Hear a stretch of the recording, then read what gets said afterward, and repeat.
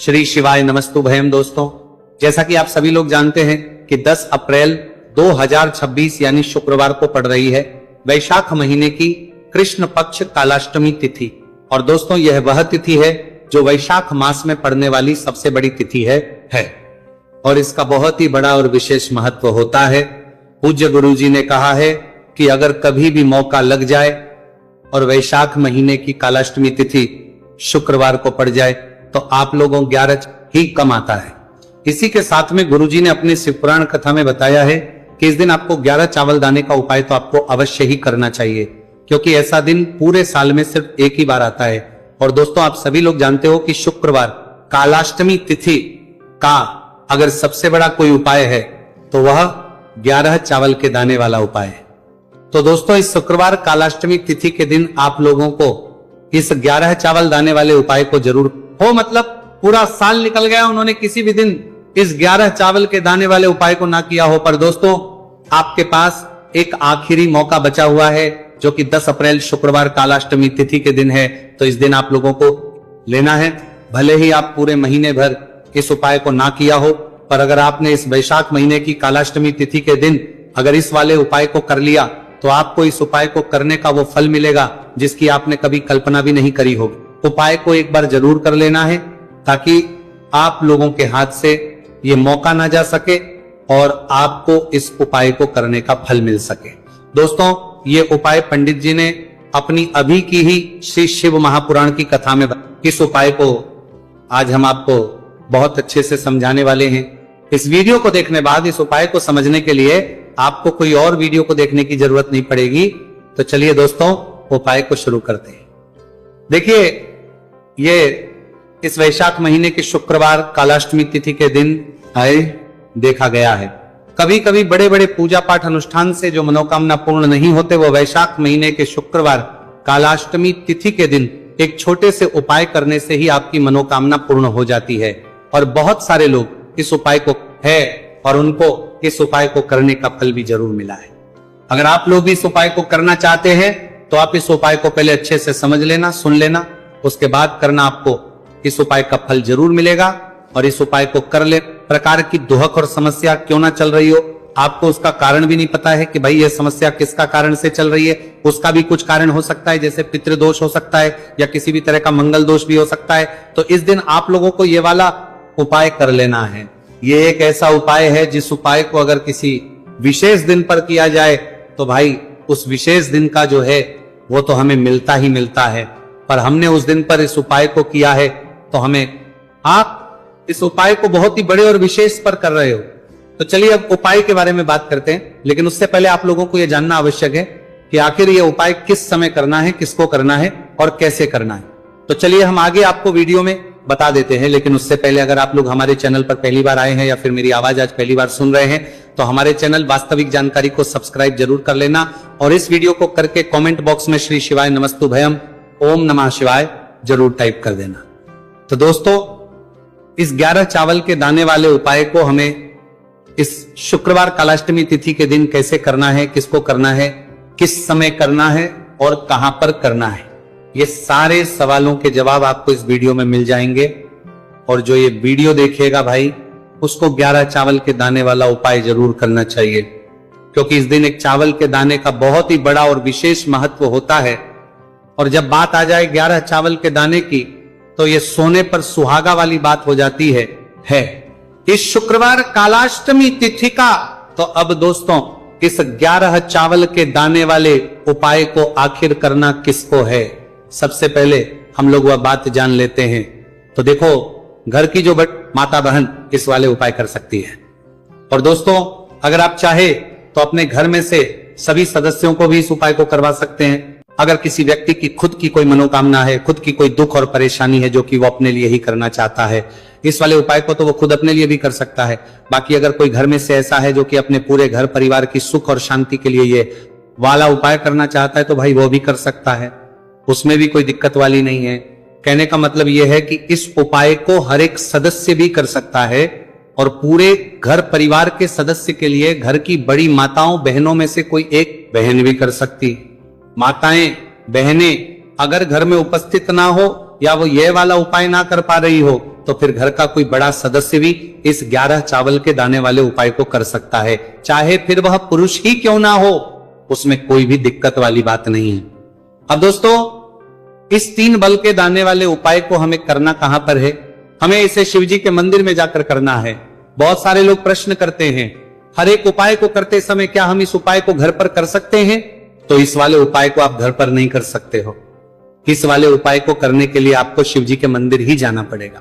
उसके बाद में दोस्तों जो अगला प्रश्न निकल कर आता है वो ये आता है, इस उपाय को लेकर के आखिर इस उपाय को हमें किस समय करना है? सुबह के समय करना है कि शाम के समय करना है? तो देखो, इस वाले उपाय को आप लोग सुबह के समय भी कर सकते हो और शाम के समय प्रदोष काल में भी कर सकते हो। अब अगर आप पूछो कि भाई सब सबसे उत्तम समय कौन सा रहा, तो हम आपसे बस यही कहेंगे कि इस उपाय को आप सुबह के समय करेंगे तो ज्यादा बेहतर होगा।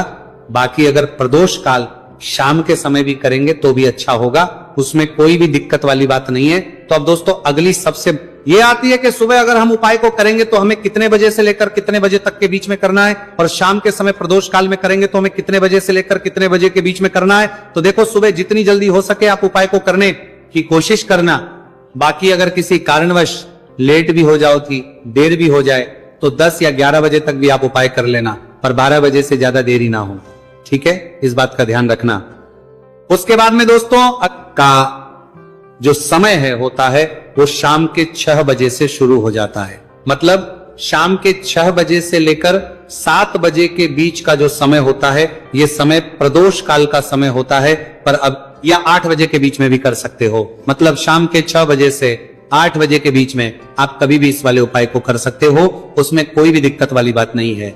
अब दोस्तों यहां पर इस उपाय को लेकर एक और सबसे बड़ी बात, चावल के दानों को हमें लेना कहां से होता है, और हमें इस उपाय को करने के साथ में क्या और कुछ भी सामग्री ऐसी होती है जो शिवजी के मंदिर लेकर जानी पड़ जाती है। तो देखो, यहां पर हम आपको बता दें, सबसे पहले आप लोग ये जान लो कि ये जो 3 चावल के दाने वाला उपाय है, सिर्फ और सिर्फ आप उपाय की सामग्री लेकर कभी भी शिवजी के मंदिर मत जाना, क्योंकि हमें भगवान के सामने यह नहीं दर्शा है कि अगर हम भगवान शिवजी के मंदिर आए हैं तो अपने फायदे के लिए आए हैं। तो इसीलिए जो भी पूजन सामग्री है, उपाय सामग्री है, 11 चावल के दाने, इसके साथ में आपको पूजन सामग्री भी जरूर लेकर जाना है। देखो, अगर सुबह के समय उपाय कर रहे हो तो सीधी सी बात है, 1 लोटा जल तो आप लेकर जाओगे ही जाओगे। वही 1 लोटा जल अगर मिट्टी का जल हो तो बहुत अच्छा रहेगा। मिट्टी का जल कैसे बना आता है, इसके लिए हमने पहले से बहुत सारी वीडियोस बना दी है आपके पास। इस दिन एक आखिरी मौका रहेगा, मिट्टी का जल शिवजी पर चढ़ने का और उपाय को करने का बहुत बड़ा आपको इस दिन फल मिलेगा। तो इसीलिए इस दिन हो सके तो भाई मिट्टी का जल चढ़ाना, तो अपने साथ में कम से कम 1 लोटा जल तो आपको लेकर जाना ही जाना है। अगर मिट्टी का जल नहीं है तो घर का जल भी आप इस्तेमाल कर सकते हो। इसके अलावा जो भी पूजन सामग्री है, देखो 11 के दाने ये अलग आपके रहेंगे और जो आपकी पूजन सामग्री रहेगी वो अलग रहेगी। पूजन सामग्री में आप जो भी चीज लेकर जाना चाहे वो लेकर जा सकते हैं। एक बेलपत्र भी लेकर जा सकते हैं, उसमें कोई भी दिक्कत वाली बात नहीं है। वहीं अगर हम के समय की, तो शाम के समय शिवजी पर जल नहीं चढ़ता है, इसीलिए शाम के समय आप लोग एक दीपक तैयार कर लें जो कि गोल, तीखा, आटे का, शुद्ध देसी गाय का घी का होगा, है ना। इस बात का आप लोगों को ध्यान करना है और इस दीपक को भगवान शिवजी के मंदिर में जाकर ही जलाना है। इस बात का भी आप लोगों को ध्यान रखना है। अब दोस्तों यहां पर हमें इस बात को समझना है कि ये 11 चावल के दाने हमें लेना कहां से है।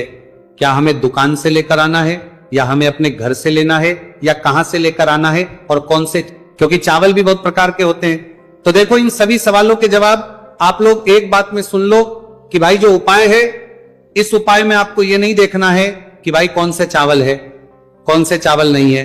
बस जो भी चावल ले रहे हो वो चावल का दाना सबूत होना चाहिए, मतलब साबुत होना चाहिए, टूटा हुआ नहीं होना चाहिए, कटा पीटा नहीं होना चाहिए। ये बात आपको ध्यान रखना है। बाकी आपका चावल बासमती, दिक्कत वाली बात नहीं। तो सीधी सी बात है कि आपके घर के रसोई घर में जहां पर आप बनाते हो, वहां पर जो भी चावल आपके उपस्थित हो, उन चावलों में से अपनी एक कटोरी भर लेना या एक मुट्ठी चावल अलग से निकाल कर रख लेना। किस उपाय में लेने वाले हैं तो हमें ये चावल के दाने गिनकर निकालने पड़ेंगे। इस बात का आप लोगों को ध्यान रखना है। तो अपने उस चावल की कटोरी में से या चावल में से 11 ऐसे चावल के दाने आप लोग निकाल लो। जो कि टूटे हुए ना हो, कटे पीटे ना हो, कोई दाग ना लगा हुआ हो, है ना। अच्छे साबुत चावल के दाने 31 दाने आप लोग निकाल कर रख लो और इन्हें किसी भी एक कागज की पड़िया में या किसी एक छोटी सी कटोरी में आप लोग रख लो, ताकि ये सुरक्षित रहे, आपके एक भी चावल का दाना उधर ना हो और आपका उपाय भी पूरा अच्छे से हो जाए। तो भाई जैसे ही आपका उपाय की जो सामग्री है 11 चावल के दाने ये तैयार हो जाते हैं, उसके बाद में आपको जो भी अपनी पूजन सामग्री है सुबह समय कर रहे हो तो 1 लोटा जल और जो लेकर जाना चाहो उसकी भी तैयारी कर लेना, और शाम के समय जा रहे हो तो भाई अपना जो दीपक है उसे तैयार कर लेना, ठीक है। और उपाय को करते समय शुद्धता का विशेष रूप से ध्यान रखना, ठीक है। सुबह सुबह स्नान करने के बाद ही उपाय को करने की आप करना। उसके बाद अगर शाम के समय की बात करें तो शाम के समय आपको स्नान करने की जरूरत नहीं है, पर शुद्धता ध्यान रखना है। आपको स्नान तो नहीं करेंगे, आप हाथ मुंह धोकर भी इस वाले उपाय को शाम के समय, प्रदोष नहीं है तो आप अपने उपाय की पूरी सामग्री तैयार करके आपके पास ही में जो आपका शिव मंदिर हो वहां पर पहुंच जाइए। सबसे पहले शिव मंदिर में जाकर आप लोगों को उपाय नहीं करना है, पहले भगवान के दर्शन करना है, भगवान से आशीर्वाद प्राप्त करना है, फिर शिव की शिवलिंग के पास में आना है। शिवलिंग के पास में आने के बाद जो पूजन सामग्री लेकर आए हुए हैं, जैसे कि सुबह गए हुए होंगे, तो 1 लोटा जल और जो भी पूजन सामग्री लेकर आए हैं आप उनसे भगवान शिव जी की पूजन कीजिए। सबसे पहले तो आपको एक बेलपत्र श्री शिवाय नमस्तुभयम का जाप करते हुए शिवलिंग पर चढ़ा देना है। उसके बाद में आपकी पूजन सामग्री चढ़ेगी। उसके बाद में अगर दोस्तों शाम के समय अगर आप इस उपाय को कर रहे हो तो अपने साथ में लेकर गए हो उस दीपक को मंदिर में जाकर अपनी माचिस से जलाना है और उस दीपक को शिवलिंग के पास में रखना है, ठीक है। इस दीपक को रखने के बाद ही आप लोगों को अपना यह वाला उपाय शुरू करना है, और दीपक को ज्यादा पास में मत रखना, पड़ रही है, भगवान शिव जी को आंच नहीं लगनी चाहिए, है ना। तो भाई जैसे ही आपकी पूजा अर्चना हो जाती है, आप भगवान शिव जी को प्रसन्न कर लेते हैं, उसके बाद शिवलिंग के पास ही में आप कहीं पर बैठ जाइए, सामने या आसपास जिस पर बैठ जाइए, और अपने वह 11 चावल के दाने अपने सामने निकाल कर रख लीजिए, क्योंकि अब यहां पर उपाय को यहां पर करने की आपको तैयारी करना है। और इस तरीके से जब आप उपाय करेंगे, पूजन सामग्री करने के बाद, पूजन अर्चना करने के बाद बहुत जल्दी और बहुत होकर मिलेगा, तो अपने चावल के अपने सामने निकाल कर रख लेना। और ये जो उपाय है ये आपकी सीधे हाथ की हथेली से होगा, इसलिए इस बात का भी विशेष रूप से ध्यान रखना है। तो सीधे हाथ की हथेली का प्रयोग करके करना। अपने सामने जो भी आपके कागज की पुड़िया है उसको खोलकर रख लो, या कटोरी है तो भाई उसे अपने सामने रख लो और अपने वो 11 चावल के दाने निकाल लो, ठीक है। उसके बाद में दोस्तों अब आपको क्या करना है, चावल के दाने एक एक करके जहां पर आपने बेलपत्र चढ़ाए हैं आपको शिवजी के शिवलिंग के ऊपर चढ़ाना है। कहां पर चढ़ाना है, शिवलिंग के ऊपर चढ़ाना है, और कहीं पर भी नहीं चढ़ाना है। आपको अपने हथेली से तो शिवलिंग के ऊपर चढ़ाना है, भले ही फिर वो अपने आप जलाधारी पर गिर जाए, ये मतलब वहीं पर गिर जाए, उस वाली बात नहीं है, पर आप चढ़ाओ शिवलिंग के ऊपर। तो आपको क्या करना है, अपना पहला चावल का दाना उठाना है, श्री शिवाय नमस्तुभयम बोलना है और शिवलिंग पर चढ़ देना है। इसी तरीके दूसरा चावल का दाना उठाए, शिवलिंग पर चढ़ना है और मंत्र बोल देना है, और फिर तीसरा चावल का दाना उठाना है, श्री शिवाय नमस्तुभयम बोलना है और चढ़ देना है। इसी प्रकार से आपको पूरे 11 चावल के दाने एक एक करके शिवजी के शिवलिंग के ऊपर चढ़ाना है और भगवान से प्रार्थना करते जाना है। मतलब प्रार्थना तो आपको आखिरी में करना है, पर हर एक चावल के दाने को चढ़ाते समय श्री शिवाय नमस्तुभयम जरूर बोलना है। उसके ही में यह चावल का दाना शिवलिंग के ऊपर आपको चढ़ाना है। जैसे ही आपकी जो भी पूजन सामग्री है, उपाय सामग्री है, 11 चावल के दाने, इसके साथ में आपको पूजन सामग्री भी जरूर लेकर जाना है। देखो अगर सुबह के समय उपाय कर रहे हो तो सीधी सी बात है, 1 लोटा जल तो आप लेकर जाओगे ही जाओगे। वही 1 लोटा जल अगर मिट्टी का जल हो तो बहुत अच्छा रहेगा। मिट्टी का जल कैसे बना आता है, इसके लिए हमने पहले से बहुत सारी वीडियोस बना दी है आपके पास। इस दिन एक आखिरी मौका रहेगा, मिट्टी का जल शिवजी पर चढ़ने का और उपाय को करने का बहुत बड़ा आपको इस दिन फल मिलेगा। तो इसीलिए इस दिन हो सके तो भाई मिट्टी का जल चढ़ाना, तो अपने साथ में कम से कम 1 लोटा जल तो आपको लेकर जाना ही जाना है। अगर मिट्टी का जल नहीं है तो घर का जल भी आप इस्तेमाल कर सकते हो। इसके अलावा जो भी पूजन सामग्री है, देखो 11 के दाने ये अलग आपके रहेंगे और जो आपकी पूजन सामग्री रहेगी वो अलग रहेगी। पूजन सामग्री में आप जो भी चीज लेकर जाना चाहे वो लेकर जा सकते हैं। एक बेलपत्र भी लेकर जा सकते हैं, उसमें कोई भी दिक्कत वाली बात नहीं है। वहीं अगर हम के समय की, तो शाम के समय शिव जी पर जल नहीं चढ़ता है, इसीलिए शाम के समय आप लोग एक दीपक तैयार कर लें जो कि गोल, तीखा, आटे का, शुद्ध देसी गाय का घी का होगा, है ना। इस बात का आप लोगों को ध्यान करना है और इस दीपक को भगवान शिव जी के मंदिर में जाकर ही जलाना है, इस बात का भी आप लोगों को ध्यान रखना है। अब दोस्तों यहां पर हमें इस बात को समझना है कि ये 11 चावल के दाने हमें लेना कहां से है। क्या हमें दुकान से लेकर आना है या हमें अपने घर से लेना है या कहां से लेकर आना है और कौन से, क्योंकि चावल भी बहुत प्रकार के होते हैं। तो देखो इन सभी सवालों के जवाब आप लोग एक बात में सुन लो कि भाई जो उपाय है, इस उपाय में आपको यह नहीं देखना है कि भाई कौन से चावल है कौन से चावल नहीं है। बस जो भी चावल ले रहे हो वो चावल का दाना सबूत होना चाहिए, मतलब साबुत होना चाहिए, टूटा हुआ नहीं होना चाहिए, कटा पीटा नहीं होना चाहिए, यह बात आपको ध्यान रखना है। बाकी आपका चावल बासमती, दिक्कत वाली बात नहीं। तो सीधी सी बात है कि आपके घर के रसोई घर में जहां पर आप बनाते हो वहां पर जो भी चावल आपके उपस्थित हो उन चावलों में से अपनी एक कटोरी भर लेना या एक मुट्ठी चावल अलग से निकाल कर रख लेना। किस उपाय में लेने वाले हैं तो हमें ये चावल के दाने गिनकर निकालने पड़ेंगे, इस बात का आप लोगों को ध्यान रखना है। तो अपने उस चावल की कटोरी में से या चावल में से 11 ऐसे चावल के दाने आप लोग निकाल लो जो कि टूटे हुए ना हो, कटे पीटे ना हो, कोई दाग ना लगा हुआ हो, है ना। अच्छे साबुत चावल के दाने 31 दाने आप लोग निकाल कर रख लो और इन्हें किसी भी एक कागज की पड़िया में या किसी एक छोटी सी कटोरी में आप लोग रख लो ताकि ये सुरक्षित रहे, आपके एक भी चावल का दाना उधर ना हो और आपका उपाय भी पूरा अच्छे से हो जाए।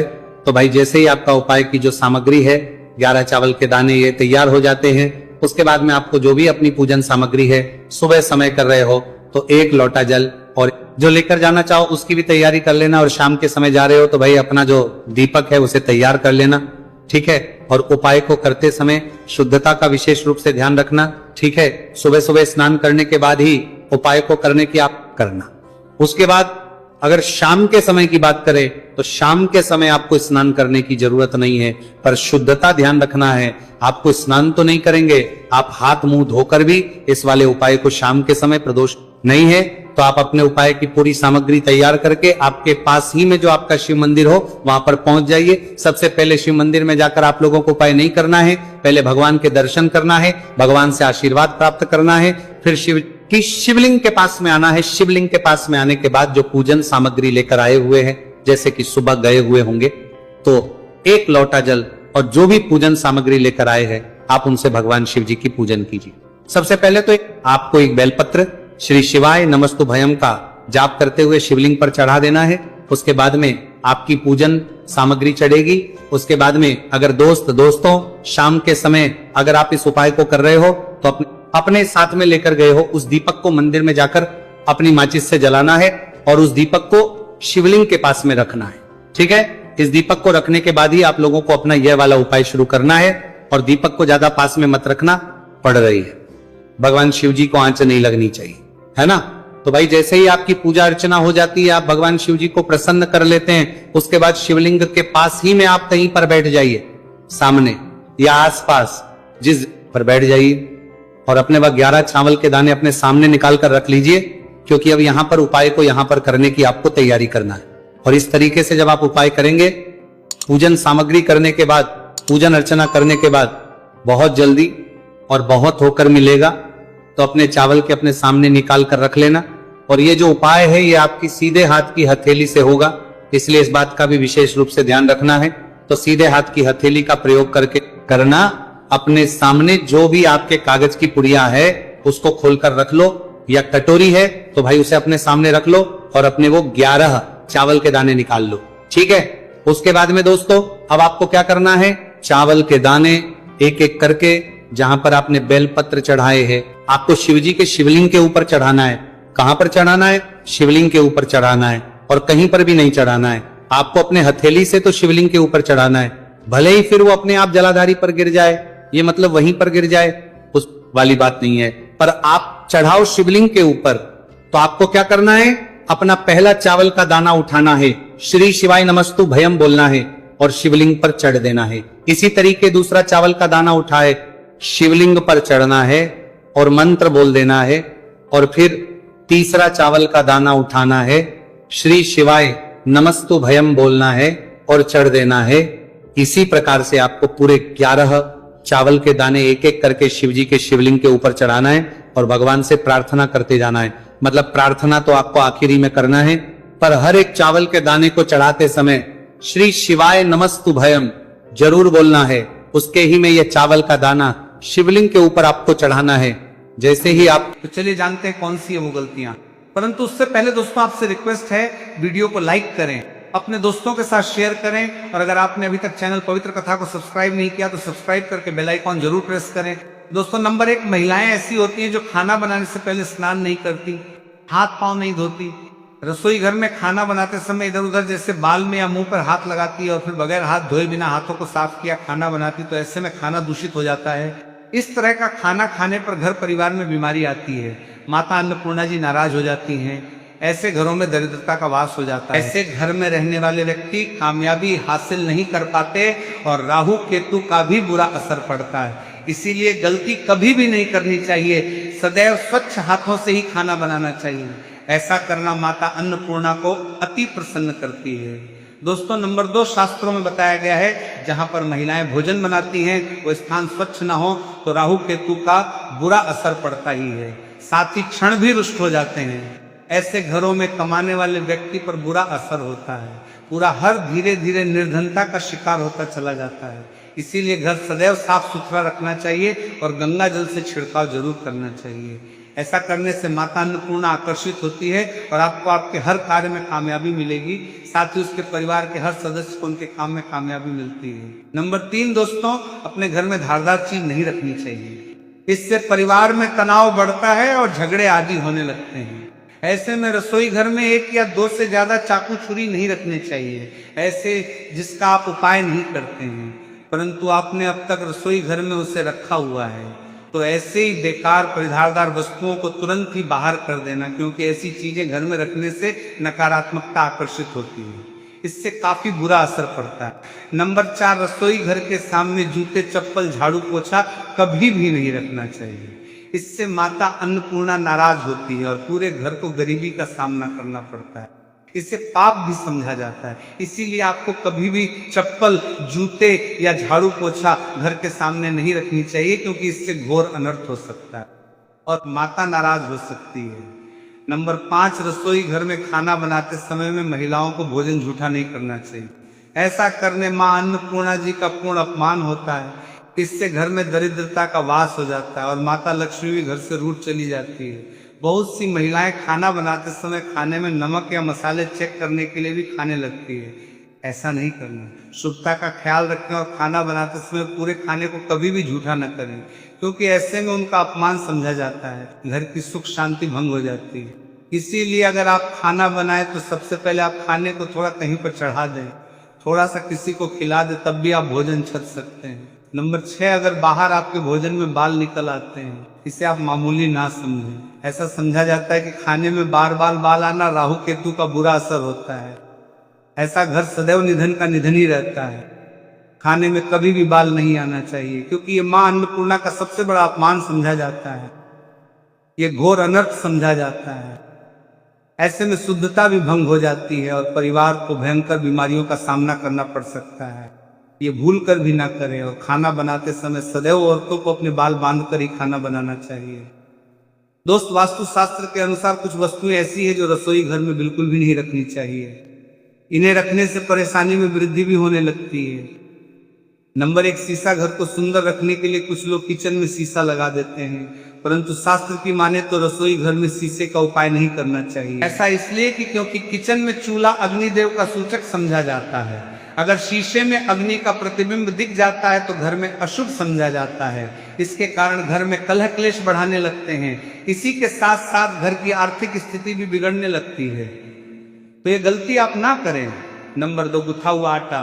कई बार महिलाएं किचन में रोटी बनाने को गुथा हुआ आटा या बचा हुआ आटा फ्रिज में छोड़ देती हैं और सुबह उसी का उपाय रोटी बनाने के लिए करती हैं। वास्तु के अनुसार ये सही नहीं होता। रसोई घर में गुथा हुआ आटा रखने से शनि और राहु का नकारात्मक असर पड़ने लगता है, इसी का से जीवन में अनेक तरह की समस्याएं होने लगती हैं। नंबर 3, टूटे कई तरह के बर्तन उपाय होते हैं, टूटे हुए बर्तन न रखें। रसोई घर में कुछ बर्तन ज्यादा उपाय होने के पश्चात टूट जाते हैं, परंतु कई बार कुछ हद तक टूटे हुए बर्तन का उपाय करते ही रहते हैं। वास्तु के मुताबिक ये नहीं समझा जाता। रसोई घर में कभी भी टूटे फूटे बर्तनों का उपाय नहीं करना चाहिए। इससे परिवार के सदस्यों के बीच मतभेद में वृद्धि होने लगती है।